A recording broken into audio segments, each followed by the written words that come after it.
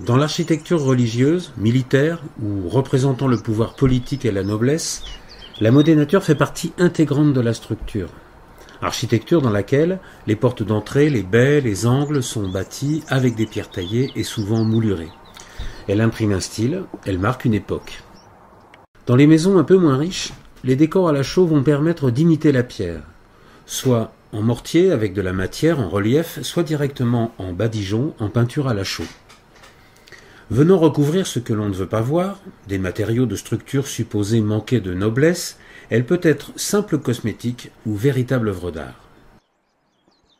La connaissance de la mise en œuvre de la chaux s'est perdue pendant quelques décennies, remplacée par le tout ciment. Dans les années 80, ce savoir-faire a commencé à se reconstituer, un savoir-faire très ancien qui concerne l'utilisation des chaux aériennes et hydrauliques dans tous les stades de la construction. À partir de 1945, dans un premier temps, la priorité c'était de reconstruire les logements, de reconstruire l'outil industriel. Et c'est un peu plus tard, dans un deuxième temps, que dans les années 60, on a commencé à s'occuper à nouveau du patrimoine avec la technique ciment. Et il a fallu attendre 10 ou 15 ans pour arriver à mesurer l'ampleur des désastres que ça engendre. Parce qu'il y a eu beaucoup de désastres. Bien sûr, bien sûr. Des remontées capillaires qui venaient pourrir des peintures murales qui avaient 5 siècles. Enfin, et j'en passe, et des meilleurs, y compris des bâtiments des bâtiments médiévaux qui venaient s'écrouler parce que c'était des bâtiments à pans de bois, et on mettait du ciment d'un côté, du ciment de l'autre. On faisait une couverture complètement étanche à la vapeur d'eau. Et bien l'ossature bois qui était à l'intérieur, qui avant était recouvert soit par du plâtre, soit par de la terre, soit par de la chaux, qui sont des liant perspirant, là on mettait une couverture étanche comme un kawaii, comme un film plastique, et le bois pourrissait à l'intérieur et l'immeuble tombe. Dans les années 80, on a commencé à se poser des questions et il y a un certain nombre de jeunes architectes qui se sont penchés sur le sujet en disant mais quels étaient les liants, quels étaient les mélanges qui étaient employés à cette époque-là. On a commencé à faire des essais. Et puis de là a commencé à s'engendrer toute cette démarche vers un retour à la chaux, en sachant que nous, quand nous avons commencé à travailler à la chaux, donc dans les années 80, la chaux avait disparu. Donc, quand on observe finalement très souvent un produit fini, quand on arrive et qu'on nous dit regarde cet ouvrage, etc., il nous semble très élaboré, très compliqué, et on se dit mais jamais on va arriver à faire un truc pareil. Et en fait, moi quand j'ai des stagiaires, quand j'ai des élèves, eh bien je vais leur détailler les opérations. Et puis je vais leur dire, voilà, mettre une règle en alu, la mettre de niveau, tu y arrives, ouais, ben, je mets mes 2 règles, je remplis, et puis je tire, j'y arrive, je trace avec un niveau, j'y arrive. Et chaque opération étant détaillée, eh bien, à l'arrivée, eh bien, ils y arrivent.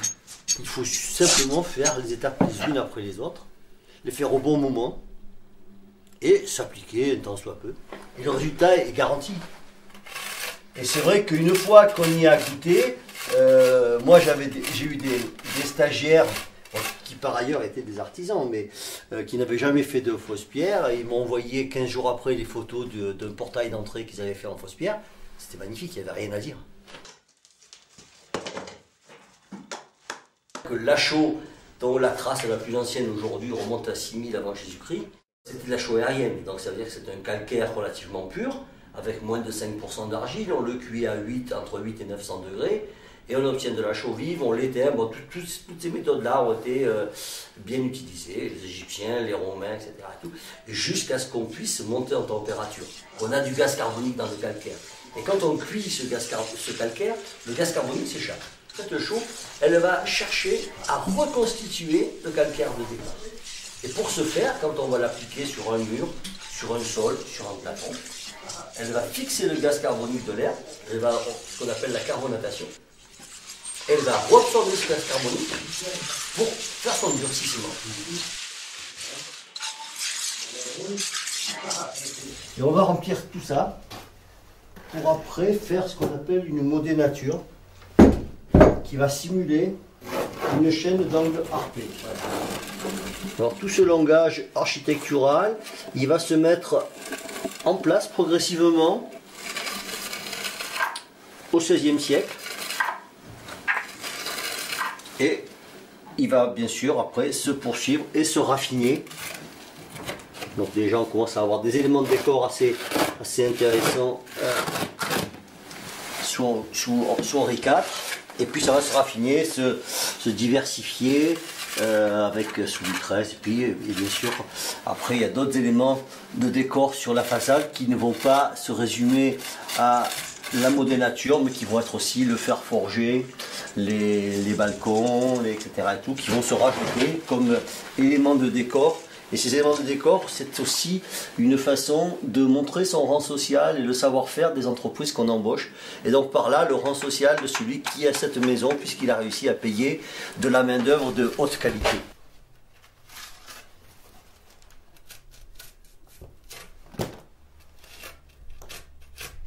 Donc là, vous voyez que la chaîne d'angle arpée, elle commence à naître. Donc à ce moment-là, on va venir la retravailler, c'est ce qu'on va faire tout à l'heure. On va venir la retravailler un petit peu pour lui donner cet aspect pierre. Voilà, avec les accidents de surface, avec les coups de burin qui, quand on a extrait la pierre de la carrière et quand on l'a taillé, etc. Voilà.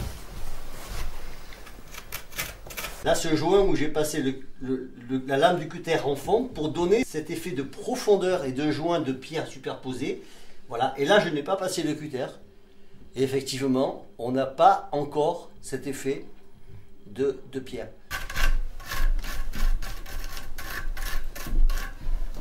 Les arêtes, on les époque un tout petit peu. Parce qu'on est censé avoir une pierre qui a un peu vieilli, donc elle ne sort pas de la carrière, elle n'a pas des arêtes hyper régulières. Là, on va enlever l'aspect lissé du mortier, déjà, pour redonner le grain de la pierre. Évidemment, si on a beaucoup de trous dans une pierre, on a intérêt à mettre un peu de granulométrie importante, de façon à ce que quand on brosse, les gros grains tombent et ça va nous faire des petits trous, ça va être moucheté, comme la pierre qu'on va vouloir imiter. Ce qui fait que même quand on arrive aussi de ce côté, on a cette rupture entre la matière de la pierre et la matière de l'enduit. C'est important de bien la marquer, même sur l'épaisseur ici. Maintenant, on va procéder à la phase de la coloration. La coloration, ça va se faire avec des patines. La patine, ça fait partie de la famille des laits de chaux. C'est des choses qui sont très colorées. Donc tout ce qui est lait de chaux, badigeon, ça se fait toujours avec de la chaux aérienne. C'est la chaux la plus pure et la plus blanche. C'est celle qui va le mettre le plus en valeur nos pigmentations. Donc en général, on va toujours travailler avec des dosages, donc pour être sûr de pouvoir après par la suite reproduire les couleurs que là. Donc on va bien araser. Voilà. Là on a des ustensiles qui sont en fait des ustensiles de cuisinier, de pâtissier, et avec lesquels on va faire les dosages. Après ça c'est des petites casseroles. Et ici on a un jeu de petites cuillères qui sont chacune bien sûr étalonnées. Et chaque fois qu'on fait un mélange de couleurs, on note bien soigneusement le nombre de cuillères de l'une ou de l'autre qu'on a pris, de façon à pouvoir bien évidemment reproduire la couleur une fois qu'on a trouvé celle qui nous convient. Voilà. Donc là les pigments, eh bien, les pigments ce sont des pigments naturels. Ici c'est de l'ocre jaune d'Apt. Alors la patine elle doit permettre de colorer notre support, de le teinter, mais surtout pas de couvrir la granulométrie et les grains, puisqu'on a fait exprès de brosser pour avoir cet effet de pierre. Voilà. C'est un matériau qui tient dans le temps, en particulier parce que là on est avec un mortier qui est à base de chaux aérienne, qui est encore frais. On passe une patine qui est à base de chaux aérienne, qui est encore frais. Qui est frais sur frais.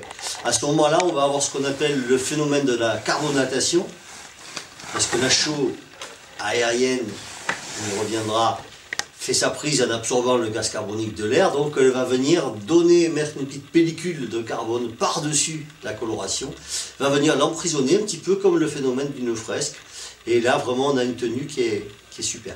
Et ça c'est le gros avantage, c'est un peu la magie de la chaux aérienne, avec la coloration et la pigmentation. C'est vraiment le liant par excellence qui va s'accorder le mieux avec le pigment naturel, qui va venir le protéger, le mettre en valeur. Voilà.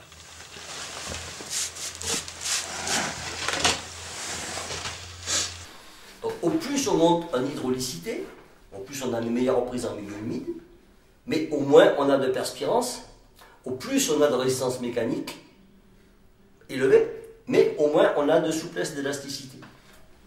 Donc, ça veut dire que dans le choix du type de chaux qu'on va employer selon l'ouvrage qu'on a réalisé, il va falloir qu'on se pose la question de qu'est-ce qu'on cherche. Est-ce qu'on cherche de la résistance mécanique? Est-ce qu'on cherche de l'hydraulicité? Ou au contraire, est-ce qu'on cherche de la souplesse, de la perspirance et aussi de la blancheur en ce qui concerne par exemple les badigeons. Dès qu'on va faire de la peinture à la chaux, on va chercher le plus de blancheur possible, le plus de clarté possible, soit pour faire du blanc, tout court bien sûr, soit pour au contraire mettre en valeur des pigments naturels qu'on va mélanger.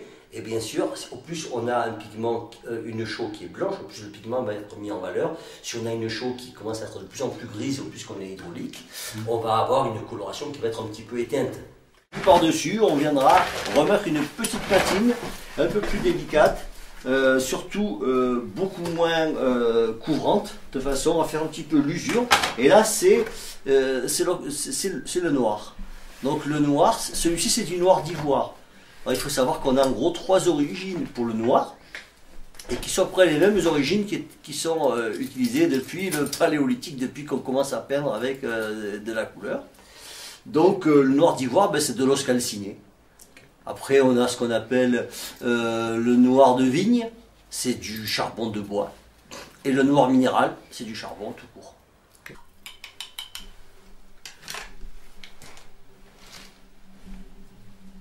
Donc pour la patine, c'est comme pour le reste. Il vaut mieux au départ en mettre un peu moins, quitte à revenir pour en remettre. C'est ce qu'on appelle une patine à l'éponge. Voilà. Il y a plusieurs types de patines, bien sûr. Il y a la première que j'ai passée tout à l'heure au pinceau, c'était la patine de coloration. C'était celle qui donnait la couleur de base. Et là, par-dessus, bien, on vient faire cette petite usure qui va donner un petit peu de la profondeur et de la vibration à notre fausse pierre. Voilà. Dans le mot tradition, il y a une chose qui est importante dans l'étymologie, c'est tra, c'est à travers, d'arrêt, c'est donner à travers, c'est transmettre. Et donc la tradition, c'est pas quelque chose de figé, c'est qu'on avance et on transmet.